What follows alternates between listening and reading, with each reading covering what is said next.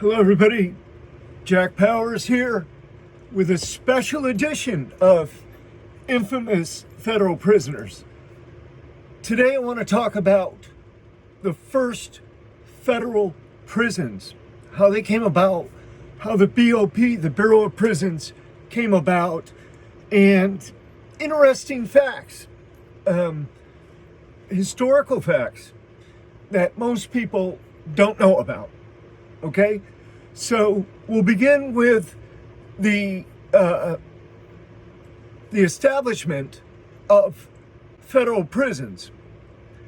This occurred in 1891 under the Three Prison Act, an act passed by the U.S. Congress that authorized the construction or reconstruction, in one case, of three prisons: Leavenworth, McNeil Island, and USP Atlanta. USP Leavenworth, McNeil Island, and USP Atlanta. McNeil Island had already existed as somewhat of a military stockade and needed to be rebuilt. So they leveled it down to what would be considered the basement area or the bottom level, and then began rebuilding it. It was most of these prisons were built by military prisoners. For example, in the case of Leavenworth, USP Leavenworth in Leavenworth, Kansas, there was already a military barracks, a military prison. Fort Leavenworth was already there. And the warden, a guy by the name of Warden French, it's about 2.5 miles away from where USP Leavenworth sits. So he used to march the military prisoners 2.5 miles down there every day to work on the building of USP Leavenworth, and then 2.5 miles back. So that was quite a walk, quite a work day. I can only imagine the kind of labor in the early 1900s. People probably didn't have the same kind of mindset that we have today, so it might have been a little bit onerous, a little bit difficult. Who knows? I was on what they call a chain gang. It really wasn't a chain gang. We weren't chained together in Georgia, but we went out every day. It's called Montgomery County. Somebody's probably heard of it. We would go out every day into a bus, and the bus would go down some roads, and we would end up digging ditches. We would end up clearing debris like bushes, the bush hacks. And then some of you know about the yo-yo. Yeah, I know all about that. I mean, yeah, I've swung both. Bush axes, yo-yos. We used to have to drag these huge nets that the Forestry Service had under these pine trees to catch these cones, so that they could get the seeds out of them for some reason. We used to dig ditches by hand, long ditches, deep ditches on the roadsides. So yeah, I mean, it was wasn't quite like a scene out of Cool Hand Luke where they're working on the road, but it was similar to that. And the camaraderie inside the prison then was similar to that too. That was way back in the early 80s when I was there, 1981 and 82. I didn't really realize I was that old yet, but I am. So until 1907, federal prisons were run by the Justice Department.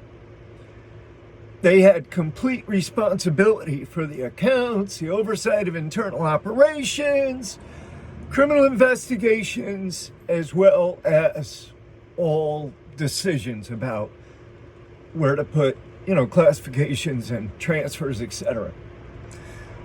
So in 1907, the general agent, i.e. the Justice Department, was abolished, and its functions were divided between three new offices.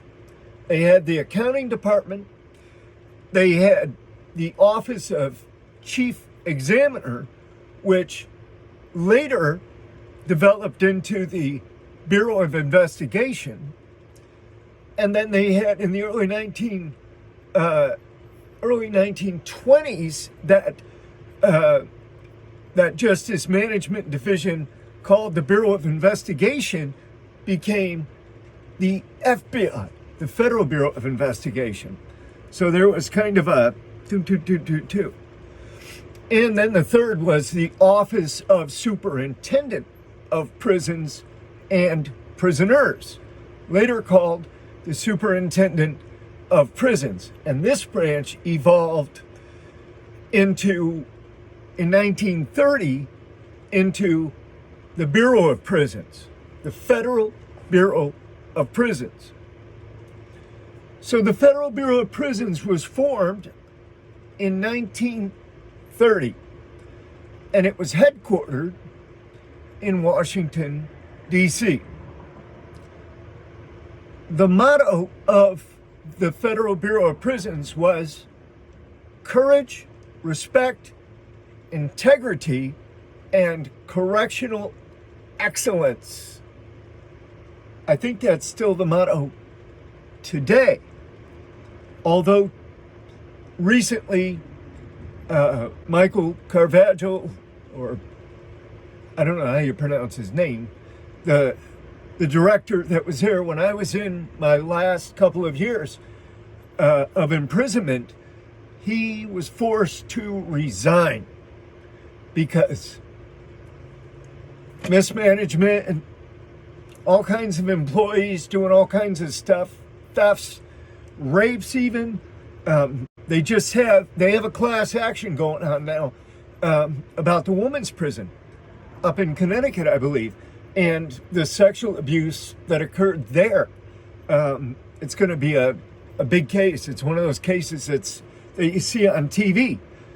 Join this class action lawsuit if you were in prison during these years and you experienced sexual abuse of any kind, call us. And they have, I suppose, a rack of attorneys that are going to go forward. But you had so many scandals, you even had murders being committed, by correctional officers. Probably not at the prisons, but I know some of them were. I know that there were a couple on prison property that were committed. I think it was, I don't remember exactly what year it was. There's been a few of them. There's been a few of them over the years. So, he was forced to resign. I mean, his mismanagement of the COVID crisis, just locking everybody down, keeping people in their cells, feeding them bologna sandwiches, suspending all programs, visiting, phone calls, everything. I mean, it was just the easiest thing for them to do at that point. And so he got canned, and this woman named Colleen Peters came in from the state of Oregon, the state system in Oregon, where she was the director or the correctional commissioner or something. She was at the top of that organization.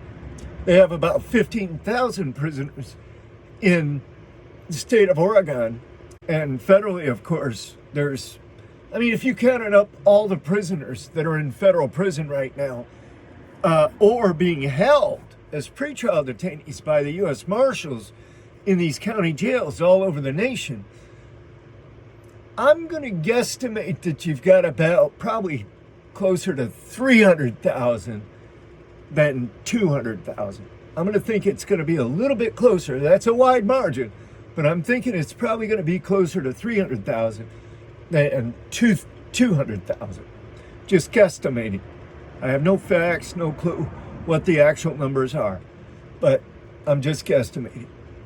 And, you know, of course, during the 80s and 90s, the federal prison population just boom, exploded because of the Prison Reform Act, the Sentencing Reform Act of 1984 that was implemented in 1987, did away with good time, did away with parole, made mandatory minimums on a bunch of crimes.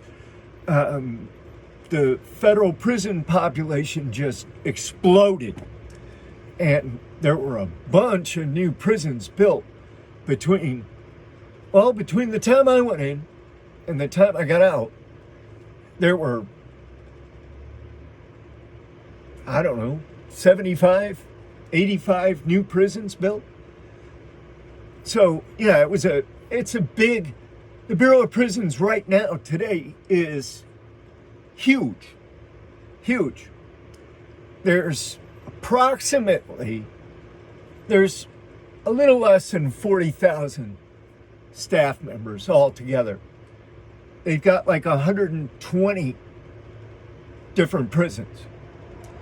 And as anybody that's been in federal prison knows, each prison has a warden. The warden is somewhat supervised by a regional director, but not too closely. They're all chums. They're all interrelated. They're all just filling in the blanks. But the wardens generally run the penitentiaries. And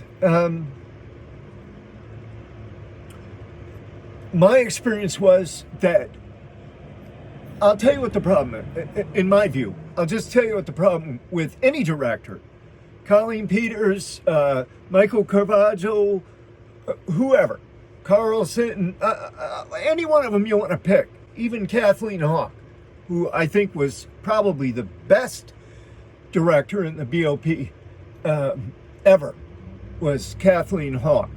But the problem that any new director or any director today faces is there's just no way to be in a true leadership position. You can establish the policies, you can establish the rules, you can tell the regional directors which way you want things to move, and but the reality is, when it gets right down to where the rubber meets the road, what happens? I'll tell you what happens. I've had it happen to me 100 times.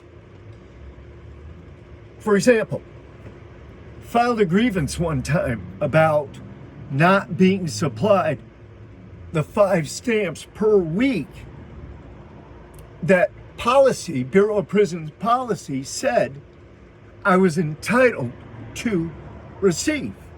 Okay? Filed a grievance. It went up to Region. The warden denied it, of course. Went up to Region.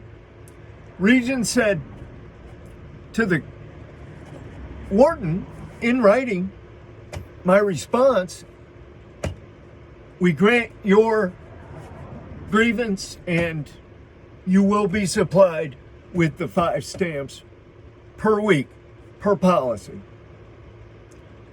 Next time the counselor went by, I say, hey man, what's up with my 5 stamps? What do you mean, your 5 stamps? You don't get 5 stamps. I said, yes, I do. I got the paper right here. He steps into the sally port, reads it, hands it back to me, and he says, good luck with that, Powers, and walks off. Right there illustrates what the trouble is. and I think it's intractable. I don't think there's a real answer. But yeah, you have all of these little tiny bubbles and bigger bubbles of so-called authority, and they're like little fiefdoms to the people that are in those offices or in those bubbles of authority. So, a warden can tell a counselor, do this or do that. And the counselor, if he or she wants to, they can just shrug it off and pay no attention to it whatsoever. You know why? Because nothing's going to happen to them. Nothing. Zero. There's no discipline. And if you did try to discipline every Federal Bureau of Staff member that did something like that just, ignored policy or ignored the rules or did things the way they wanted to do it rather than the way they were trained or the way they knew they should or the way the law requires, you wouldn't have any BOP employees. You'd have very few anyway. You might have a handful. You might have 15,000 left. How are you going to work with that? So this may just be an intractable problem. Nevertheless, as we stated, the Federal Bureau of Prisons was established by the Congress in 1930 as an act of Congress. And it's charged with the management and regulation of all federal penal and correctional institutions. It's Title 18, United States Code, Section 4042A. And, in 1930, there were 11 federal prisons in operation. So, before the advent of federal prisons, most federal prisoners, and there were only a few of them really, a handful, they'd serve their time in the state prisons. And today, many prisoners do serve their sentences in state prisons as well, many federal prisons, but it's by contract. And so a lot of state prisoners serve their sentences in a federal facility by contract for one reason or another. They have to get up out of there. So, we have seen this,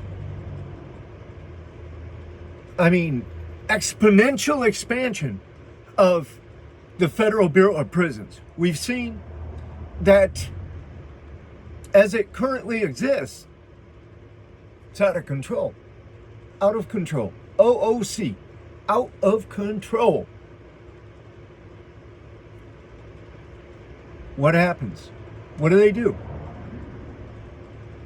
There's potential solutions. I have a lot of those ideas. They should hire me as a consultant, perhaps. But, right now, the way they're going, it's just going to be more of the same. And I see we're at the end of our time for today. I just wanted to do a special segment on the beginning of the Federal Bureau of Prisons and the first federal prisons. Please buy some of my books, one or something.